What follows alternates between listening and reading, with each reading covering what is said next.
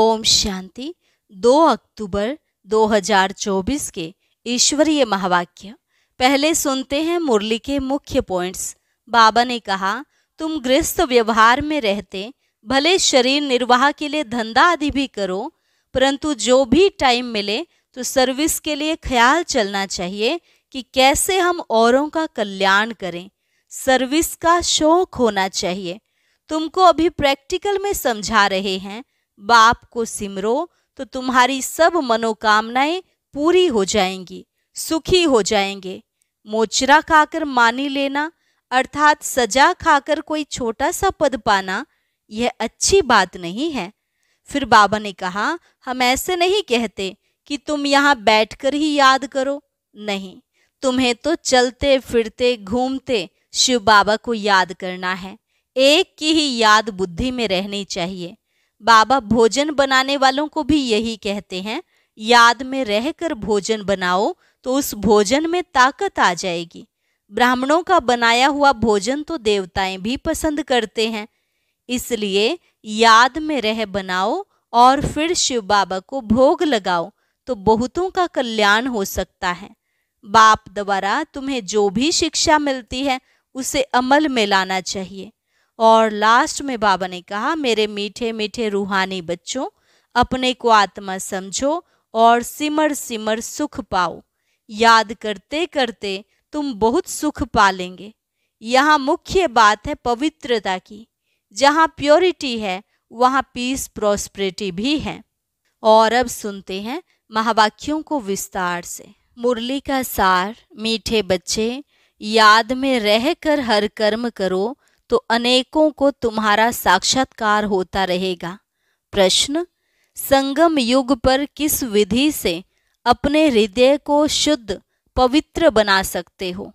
उत्तर, याद में रहकर भोजन बनाओ और याद में खाओ तो हृदय शुद्ध हो जाएगा। संगम युग पर तुम ब्राह्मणों का बनाया हुआ पवित्र ब्रह्मा भोजन देवताओं को भी बहुत पसंद है। जिनको ब्रह्मा भोजन का कदर रहता वे थाली धोकर भी पी लेते हैं। महिमा भी बहुत है। याद में बनाया हुआ भोजन खाने से ताकत मिलती है, हृदय शुद्ध हो जाता है। ओम शांति। संगम पर ही बाप आते हैं। रोज बच्चों को कहना पड़ता है कि रूहानी बाप रूहानी बच्चों को समझा रहे हैं। ऐसा क्यों कहते हैं कि बच्चे अपने को आत्मा समझो? बच्चों को यह याद पड़े बरोबर बेहद का बाप है, आत्माओं को पढ़ाते हैं। सर्विस के लिए भिन्न भिन्न पॉइंट्स पर समझाते हैं।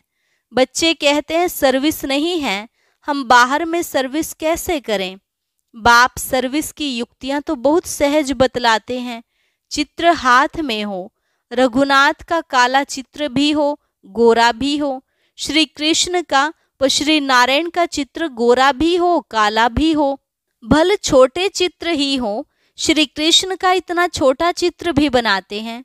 तुम मंदिर के पुजारी से पूछ सकते हो कि इनको काला क्यों बनाया है जबकि असल गोरा था।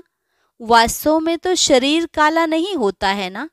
तुम्हारे पास बहुत अच्छे गोरे गोरे भी रहते हैं, परंतु इनको काला क्यों बनाया है? यह तो तुम बच्चों को समझाया है। आत्मा कैसे भिन्न भिन्न नाम रूप धारण करते नीचे उतरती है। जब से काम चिता पर चढ़ती है तब से काला बनती है। जगतनाथ व श्रीनाथ द्वारे में ढेर यात्री होते हैं, तुमको निमंत्रण भी मिलते हैं। बोलो, हम श्रीनाथ के 84 जन्मों की जीवन कहानी सुनाते हैं। भाइयों और बहनों, आकर सुनो। ऐसा भाषण और कोई तो कर न सके। तुम समझा सकते हो यह काला क्यों बने हैं। हर एक को पावन से पतित जरूर बनना है। देवताएं जब वाम मार्ग में गए हैं तब उन्हें काला बनाया है। काम चिता पर बैठने से आयरन एसिड बन जाते हैं।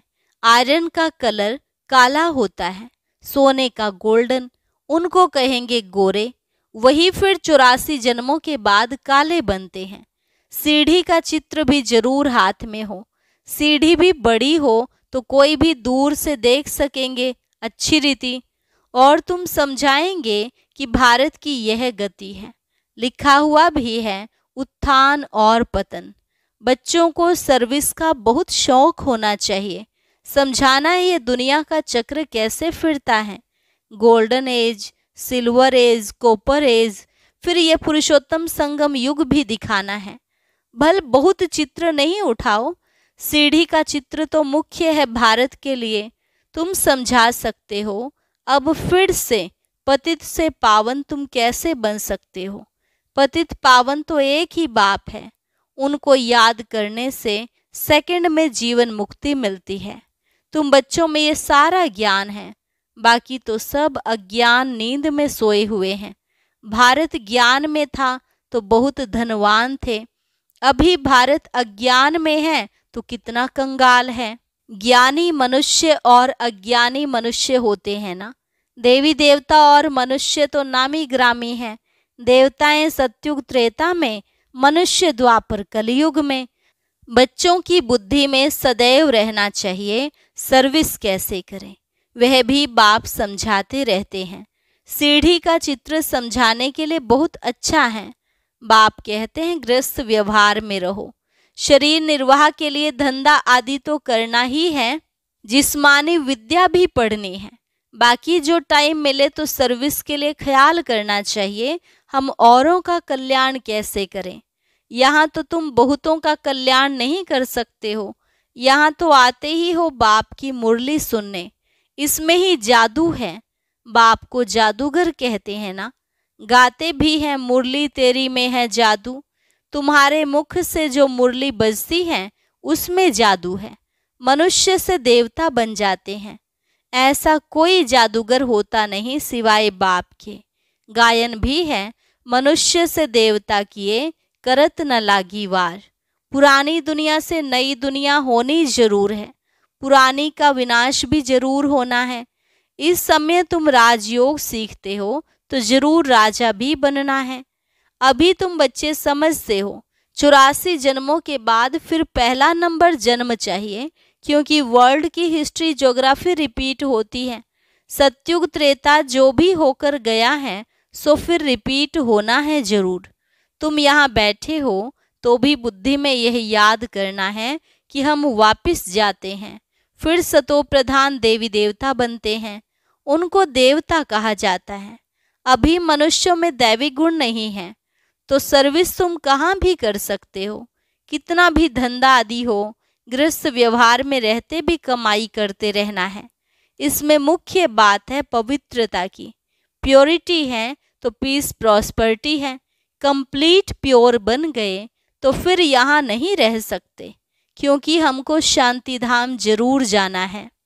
आत्मा प्योर बन गई तो फिर आत्मा को इस पुराने शरीर के साथ नहीं रहना है। यह तो इम्प्योर है ना, 5 तत्व ही इम्प्योर हैं, शरीर भी इनसे बनता है। इनको मिट्टी का पुतला कहा जाता है। 5 तत्व का शरीर एक खत्म होता है, दूसरा बनता है। आत्मा तो है ही, आत्मा कोई बनने की चीज नहीं। शरीर पहले कितना छोटा फिर कितना बड़ा होता है, कितने ऑर्गन्स मिलते हैं जिससे आत्मा सारा पार्ट बजाती है। यह दुनिया ही वंडरफुल है। सबसे वंडरफुल है बाप जो आत्माओं का परिचय देते हैं। हम आत्मा कितनी छोटी है, आत्मा प्रवेश करती है, हर एक चीज वंडरफुल है। जानवरों के शरीर आदि कैसे बनते हैं, वंडर है ना। आत्मा तो सब में वही छोटी है। हाथी कितना बड़ा है, उनमें इतनी छोटी आत्मा जाकर बैठती है। बाप तो मनुष्य जन्म की बात समझाते हैं। मनुष्य कितने जन्म लेते हैं, 84 लाख तो है नहीं। समझाया है जितने धर्म हैं उतनी वैरायटी बनती है। हर एक आत्मा कितने फीचर्स का शरीर लेती है, वंडर है ना। फिर जब चक्र रिपीट होता है, हर जन्म में फीचर्स, नाम, रूप आदि बदल जाते हैं। ऐसे नहीं कहेंगे कृष्ण काला, कृष्ण गोरा, नहीं। उनकी आत्मा पहले गोरी थी, फिर 84 जन्म लेते लेते काली बनती है। तुम्हारी भी आत्मा भिन्न भिन्न फीचर्स, भिन्न भिन्न शरीर लेकर पार्ट बजाती है। यह भी ड्रामा है। तुम बच्चों को कभी भी कोई फिक्रात नहीं होनी चाहिए। सब एक्टर्स हैं, एक शरीर छोड़ दूसरा लेकर फिर पार्ट बजाना ही है। हर जन्म में संबंध आदि बदल जाता है। तो बाप समझाते हैं यह बना बनाया ड्रामा है। आत्मा ही 84 जन्म लेते लेते तमो प्रधान बनी है। अब फिर आत्मा को सतो प्रधान बनना है। पावन तो जरूर बनना है। पावन सृष्टि थी, अब पतित है, फिर पावन होनी है। सतो प्रधान तमो प्रधान अक्षर तो है ना। सतो प्रधान सृष्टि, फिर सतो रजो तमो सृष्टि। अभी जो तमो प्रधान बने हैं वही फिर सतो प्रधान कैसे बने? पतित से पावन कैसे बने? बरसात के पानी से तो पावन नहीं बनेंगे। बरसात से तो मनुष्यों का मौत भी हो जाता है, फ्लड्स हो जाती हैं, तो कितने डूब जाते हैं। अभी बाप समझाते रहते हैं यह सब खंड नहीं कहेंगे, नेचुरल कैलेमिटीज भी मदद देंगी। कितने ढेर मनुष्य जानवर आदि बह जाते हैं। ऐसे नहीं कि पानी से पावन बन जाते हैं, वह तो शरीर चला जाता है। शरीरों को तो पतित से पावन नहीं बनना है, पावन बनना है आत्मा को। सो पतित पावन तो एक बाप है। भल वह जगत गुरु कहलाते हैं, परंतु गुरु का तो काम है सदगति देना। वह तो एक ही बाप सदगति दाता है। बाप सतगुरु ही सदगति देते हैं। बाप समझाते तो बहुत रहते हैं, यह भी सुनते हैं ना। गुरु लोग भी बाजू में शिष्य को बिठाते हैं सिखलाने के लिए, यह भी उनके बाजू में बैठता है। बाप समझाते हैं तो यह भी समझाते होंगे ना। इसलिए गुरु ब्रह्मा नंबर 1 में जाता है। शंकर के लिए तो कहते हैं आंख खोलने से भस्म कर देते हैं, फिर उनको तो गुरु नहीं कहा जाए। फिर भी बाप कहते हैं बच्चों मामे कम याद करो।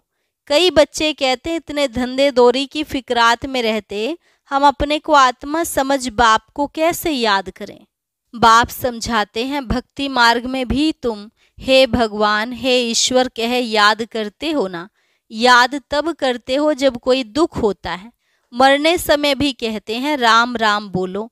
बहुत संस्थाएं हैं जो राम नाम का दान देती हैं। जैसे तुम ज्ञान का दान देते हो, वे फिर कहते हैं राम बोलो राम बोलो। तुम भी कहते हो शिव बाबा को याद करो, वह तो शिव को जानते ही नहीं, ऐसे राम राम कह देते हैं। अब यह भी क्यों कहते हैं कि राम कहो, जबकि परमात्मा सब में है। बाप बैठ समझाते हैं राम व कृष्ण को परमात्मा नहीं कहा जाता, उन्हें देवता कहा जाता है। उनकी भी कलाएं कम होती जाती हैं। हर एक चीज की कला कम तो होती ही है। कपड़ा भी पहले नया फिर पुराना होता है। तो बाप इतनी बातें समझाते हैं, फिर भी कहते हैं मेरे मीठे मीठे रूहानी बच्चों, अपने को आत्मा समझो, सिमर सिमर सुख पाओ। यहाँ तो दुख धाम है। बाप को और वर्षे को याद करो। याद करते करते अथाह सुख पाएंगे। कलह कलेश बीमारी आदि जो भी हैं सब छूट जाएंगे। तुम 21 जन्मों के लिए निरोगी बन जाते हो।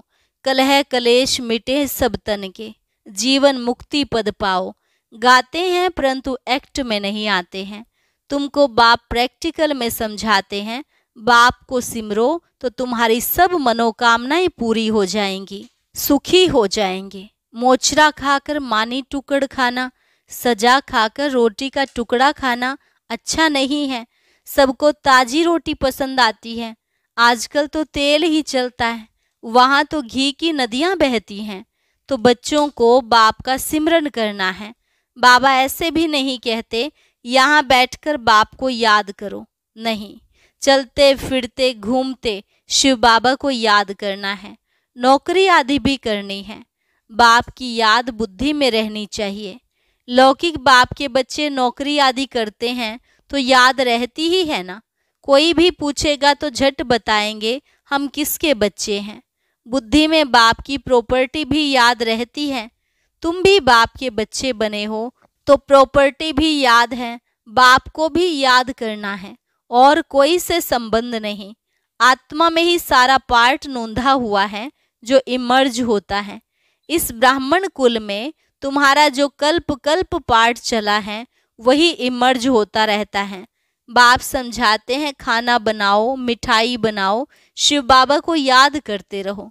शिव बाबा को याद कर बनाएंगे तो मिठाई खाने वाले का भी कल्याण होगा। कहाँ साक्षात्कार भी हो सकता है, ब्रह्मा का भी साक्षात्कार हो सकता है। शुद्ध अन्न पड़ता है तो ब्रह्मा का, श्री कृष्ण का, शिव का साक्षात्कार कर सकते हैं। ब्रह्मा है यहाँ, ब्रह्मा कुमार कुमारियों का नाम तो होता है ना। बहुतों को साक्षात्कार होते रहेंगे क्योंकि बाप को याद करते हो ना। बाप युक्तियां तो बहुत ही बताते हैं, वह मुख से राम राम बोलते हैं। तुमको मुख से कुछ बोलना नहीं है। जैसे वह लोग समझते हैं गुरु नानक को भोग लगा रहे हैं, तुम भी समझते हो हम शिव बाबा को भोग लगाने के लिए बनाते हैं। शिव बाबा को याद करते बनाएंगे तो बहुतों का कल्याण हो सकता है। उस भोजन में ताकत हो जाती है। इसलिए बाबा भोजन बनाने वालों को भी कहते हैं शिव बाबा को याद कर बनाते हो। लिखा हुआ भी है शिव बाबा याद हैं, याद में रहकर बनाएंगे तो खाने वालों को भी ताकत मिलेगी, हृदय शुद्ध होगा। ब्रह्मा भोजन का गायन भी है ना। ब्राह्मणों का बनाया हुआ भोजन देवताएं भी पसंद करते हैं, यह भी शास्त्रों में है। ब्राह्मणों का भोजन बनाया हुआ खाने से बुद्धि शुद्ध हो जाती है, ताकत रहती है। ब्रह्मा भोजन की बहुत महिमा है। ब्रह्मा भोजन का जिनको कदर रहता है थाली धोकर भी पी लेते हैं, बहुत ऊंच समझते हैं। भोजन बिगर तो रह ना सके, फैमन में भोजन बिगर मर जाते हैं। आत्मा ही भोजन खाती है, इन ऑर्गन्स द्वारा स्वाद वह लेती है। अच्छा बुरा आत्मा ने कहा ना, यह बहुत स्वादिष्ट है, ताकत वाला है। आगे चल जैसे तुम उन्नति को पाते रहेंगे वैसे भोजन भी तुमको ऐसा मिलता रहेगा। इसलिए बच्चों को कहते हैं शिव बाबा को याद कर भोजन बनाओ। बाप जो समझाते हैं उसको अमल में लाना चाहिए ना। तुम हो पियर घर वाले, जाते हो ससुर घर, सूक्ष्म वतन में भी आपस में मिलते हैं, भोग ले जाते हैं। देवताओं को भोग लगाते हैं ना। देवताएं आते हैं, तुम ब्राह्मण वहाँ जाते हो, वहाँ महफिल लगती है। अच्छा मीठे मीठे सिकिलधे बच्चों प्रति माता पिता बाप दादा का याद प्यार और गुड मॉर्निंग। रूहानी बाप की रूहानी बच्चों को नमस्ते। रूहानी बच्चों की रूहानी बाप दादा को नमस्ते नमस्ते, गुड मॉर्निंग। धारणा के लिए मुख्य सार। पहली पॉइंट, किसी भी बात की फिक्रात नहीं करनी है क्योंकि यह ड्रामा बिल्कुल एक्यूरेट बना हुआ है। सभी एक्टर्स इसमें अपना अपना पार्ट बजा रहे हैं। जीवन मुक्त पद पाने व सदा सुखी बनने के लिए अंदर में एक बाप का ही सिमरन करना है। मुख से कुछ भी बोलना नहीं है। भोजन बनाते व खाते समय बाप की याद में जरूर रहना है। वरदान, स्वार्थ, ईर्ष्या और चिड़चिड़ेपन से मुक्त रहने वाले क्रोध मुक्त भव। स्वार्थ, ईर्ष्या और चिड़चिड़ेपन से मुक्त रहने वाले क्रोध मुक्त भव। कोई भी विचार भले दो, सेवा के लिए स्वयं को ऑफर करो, लेकिन विचार के पीछे उस विचार को इच्छा के रूप में बदली नहीं करो।